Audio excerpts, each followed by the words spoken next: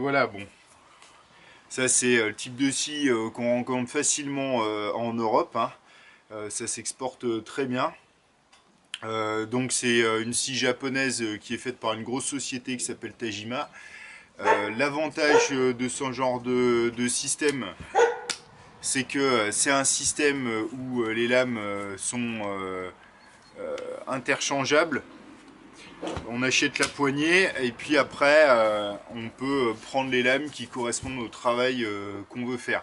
Ce genre de forme, ça s'appelle Yokobiki ou Takebiki en fonction de si la lame elle va en travers ou le long du fil. On peut aussi s'acheter une scie comme ça. Donc celle-là elle a été faite par un artisan. Elle est forgée, elle est réaffûtable.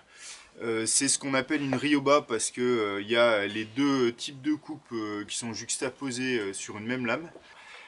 Avec une scie comme ça, on arrive vraiment à faire une coupe rapide, mais qui est très fine et qui permet d'être très précis. Avec une lame comme ça, on est quand même un peu moins précis parce que c'est une lame qui est quand même plus épaisse, la coupe est plus épaisse. Ça reste deux scies de précision. Y a chez les japonais plein de scies différentes. Moi j'utilise ces deux là parce que le reste, quand j'ai besoin de travailler plus grossier, j'utilise de l'électrique. C'est quand même vraiment plus simple. Voilà, allez, place au show.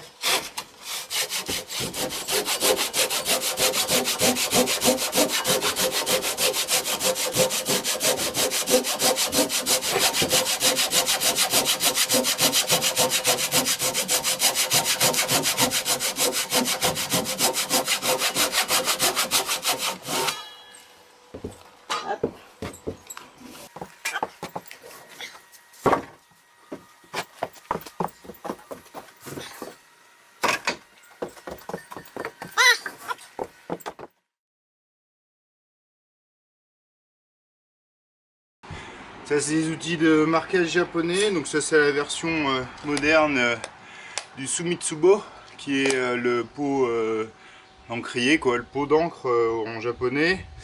Donc cette version là qui est faite par Tajima, elle a donc un double coton avec à l'intérieur une ficelle qui est à ressort, qui est réglable la tension ici du ressort.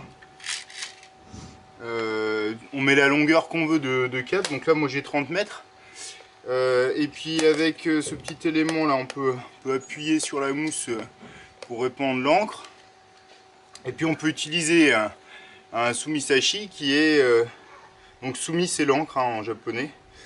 Et donc ça c'est un crayon que j'ai fait à partir d'un morceau de bambou.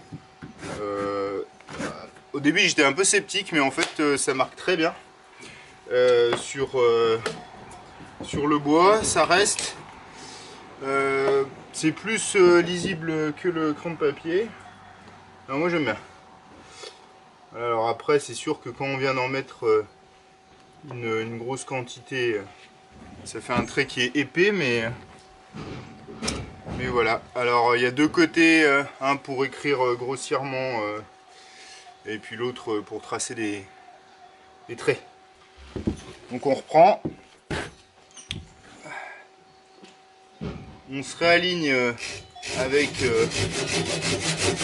la coupe précédente, voilà. Voilà. Ah merde, c'est un peu à côté du trait.